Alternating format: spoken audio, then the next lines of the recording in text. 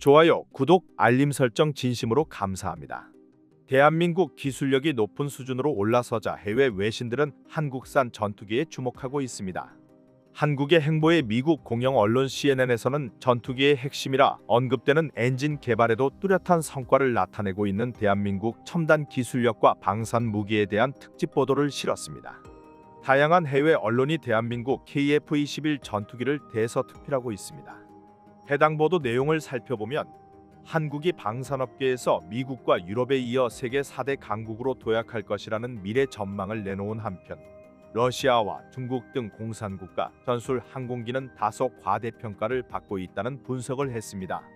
대한민국 기술력은 놀라운 수준으로 향상되고 있는데 최근 5년간 수출 성장 규모와 육해공 군사력 분야를 보자면 100년 전부터 첨단 전술무기를 생산해온 유럽 국가들을 대한민국이라는 동양의 작은 나라가 단숨에 따라잡았다는 것입니다.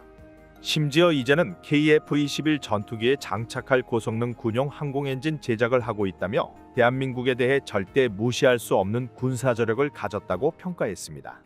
실제로 대한민국 군사력이 빠르게 높아지고 있습니다. 한국 공군의 전력을 획기적으로 높여줄 KF-21 전투기 실전 배치가 코앞까지 다가오면 다양한 성능 개량에 대한 보도가 이어지고 있습니다. 미국 CNN의 발언대로 최근 한화에어로 스페이스는 45년 만에 누적 기준 엔진 1만 대 생산에 달성하며 출하를 기념하는 행사를 치르기도 했습니다.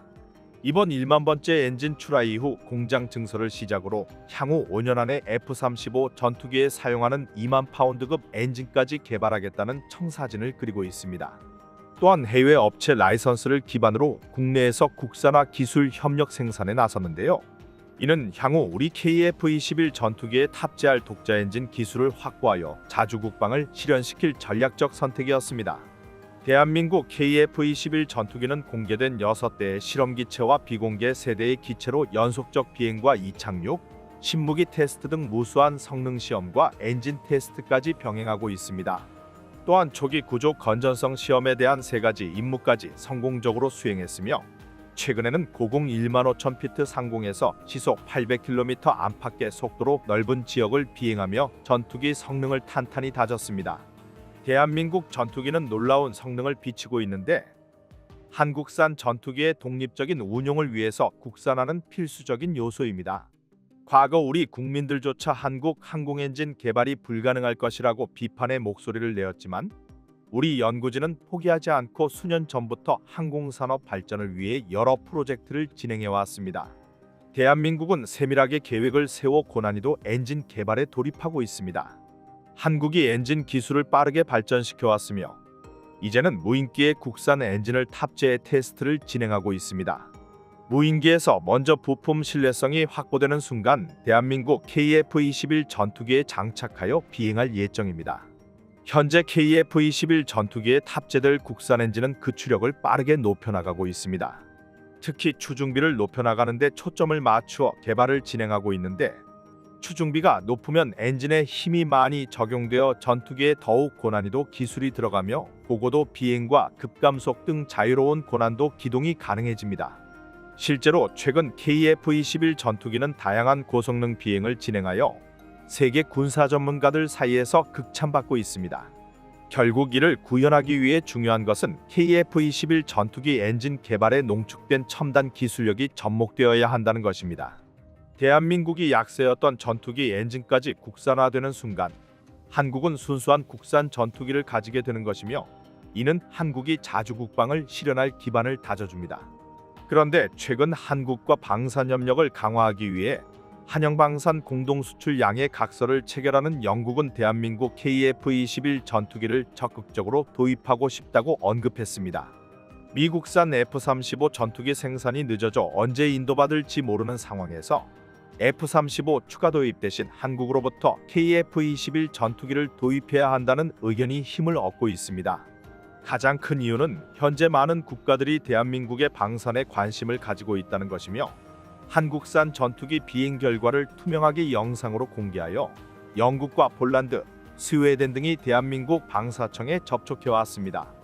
영국을 비롯하여 여러 나라에서 내외부적으로 성공적인 협의를 진행하는 반면 국내에서는 우려의 목소리가 터져나오기 시작했습니다. 그 이유는 KF-21 전투기의 초도 생산시설 가동과 라인 증축에 성공적으로 마쳤으나 아무리 빠르게 생산해도 유럽의 요구에 맞출 수 없을 것이라며 라인 증설 작업이 늦어지고 있다는 점을 지적했습니다. 하지만 허가 승인이 나면서 이에 대한 부분도 놀라운 속도로 개선되고 있으며 현재 프랑스 라팔 전투기나 미국 F-35 전투기에 비해서 한국산 전투기 납품 속도가 훨씬 빠를 수 있다는 분석입니다.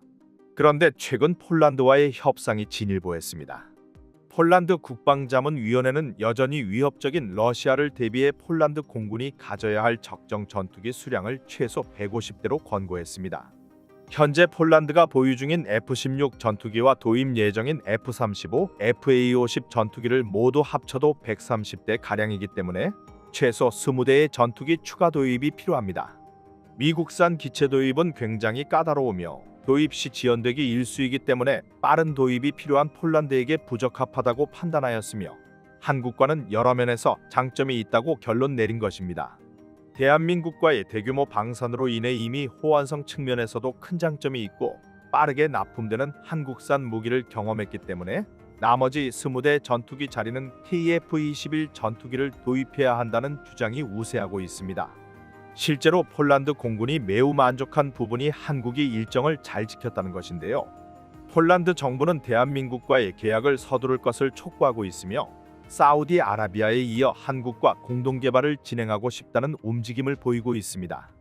5세대 전투기로 도약하는 블록2부터 6세대 가능성까지 보이는 KF-21 블록3까지 쭉 함께 가고 싶다는 의사를 내비쳤습니다. 다만 폴란드 국방차관은 최근 현지 매체와의 인터뷰에서 국방지원기금을 활용해 K2 전차 180대에 대한 2차 실행 계약을 연말에 체결하겠다고 밝혔는데요. 현재 남은 K2 전차 계약 물량은 820대인데 차관의 말대로라면 이중 180대부터 계약을 진행하겠다는 의미입니다. 관건은 해외 도입 물자의 50%를 폴란드 국내에서 생산한다는 정책을 적용할지에 대한 것인데요. 폴란드는 자국 내 생산과 기술 이전을 지속적으로 추진하고 있으며 이 정책대로라면 계약이 성사되더라도 수출 물량의 절반은 폴란드 현지에서 생산해야 합니다. 그런데 여기서 무리한 제안을 했다는 사실이 밝혀졌습니다. 폴란드는 현지 생산과 기술 이전뿐만 아니라 자국의 레이더와 박격포, 대공 방어체계 등을 한국에 수출하길 희망하고 있는 것으로 전해졌습니다. 폴란드의 정치 환경 변화 또한 주목할 만합니다. 러시아의 우크라이나 침공 이후 불안을 느낀 폴란드는 국내 방산업계에 큰 손으로 부상했습니다. 그러나 최근 폴란드 야권연합의 주요 인사인 시몬 하원의장은 총선 이후 전임 정부가 서명한 방산 계약이 무효가 될 수 있다고 언급해 불확실성이 커지고 있습니다. 차기 국방장관으로 거론되는 이라크시 의원도 계약들은 분석과 평가를 거칠 것이라는 입장을 밝혔습니다. 현재 국내 방산업체들은 폴란드와의 2차 계약을 위해 협상을 진행 중이며 이 과정에서 금융 지원의 필요성이 제기되고 있습니다. 폴란드는 대한민국 방산의 유럽 수출길의 발판이 되고 있습니다. 폴란드와의 수출 계약이 한국의 방산 납품 능력과 성능을 입증시키는 결과를 낳기도 하였는데요. 노르웨이 등 K2 전차 구매를 고려하는 다른 유럽 국가들도 한국의 신속한 납품에 반하게 되어 유럽 특수를 기대할 수 있게 된 것입니다. 그렇기 때문에 폴란드와의 관계는 긍정적으로 가져가는 것이 좋습니다. 한편 인도네시아는 기술 유출 사건에도 불구하고 한국과의 관계를 이어나가고 싶다고 뻔뻔히 말하더니 이젠 분담금을 3분의 1 수준인 6천억 원까지 줄여달라고 제안했습니다. 이는 인도네시아가 얼마나 국산 전투기에 미련이 남아있는지 알 수 있는 대목이었습니다. 인도네시아의 조나 자카르타는 한국이 아시아의 F-35 전투기가 될 것이라 극찬하는 반면 한국의 빠른 발전은 미국산 F-22 랩터의 군사기밀을 빼돌렸기 때문이라며 한국에 대해 부정적인 여론을 이끌었습니다. 또한 인도네시아 역시 자국산 전투기를 제작하고 있다며 I-22 시카탄 전투기에 대한 언급을 했습니다. 심지어 인도네시아와 튀르키예는 중요한 군사동맹국입니다. 각종 군사기술을 공유하는 긴밀한 사이입니다. 과거 미국 정부 측은 튀르키예가 한국과 KF-21 공동생산에 나설 경우 한국의 핵심 기술까지 여러 국가에 유출될 가능성이 높다며 분담금과 관계없이 공동개발 자체를 중단하는 최악의 수를 고려해야 한다고 언급했습니다. 과거 튀르키예는 한때 차세대 전투기 사업 파트너로 고려되었습니다.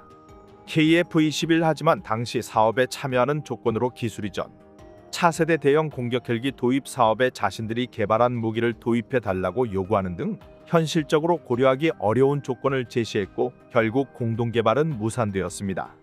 튀르키예는 결국 자체 전투기 칸을 개발하기 시작했습니다. 튀르키예 칸 전투기는 KF-21 전투기와 비슷하게 모든 것을 오로지 독자적인 힘으로 개발했다고는 하지만 다소 허황된 스펙으로 가득 찬 전투기라는 분석이 우세합니다. 결국 전투기의 시험 비행에서도 알다시피 전투기에서 가장 중요한 내용물들은 하나도 없이 진행되어 빈깡통 전투기일 수밖에 없다는 전문가들의 평가가 줄을 이었습니다. 반면 한국은 4대의 핵심 기술을 미국의 도움 없이 전부 자체적으로 개발해냈고 적용까지 완료했습니다.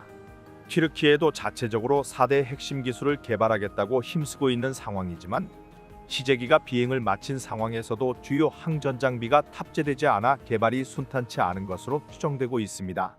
대한민국은 독보적으로 높은 실성능을 지닌 무기를 빠르게 개발해내고 있습니다. 얼핏 쉬워 보일 수 있지만 이는 절대 쉽지 않은 일이며 튀르키예나 인도네시아는 이를 깨닫고 한국의 기술을 유출하기 위해 열을 올리는 것입니다. 대한민국은 더 이상 호구처럼 당하지 말고 기술 보완을 철저히 해야 할 것입니다. 시청해 주셔서 감사합니다. 언제나 신속하고 정확한 국방 소식 전달해 드리겠습니다. 구독자 여러분 행복한 하루 보내세요.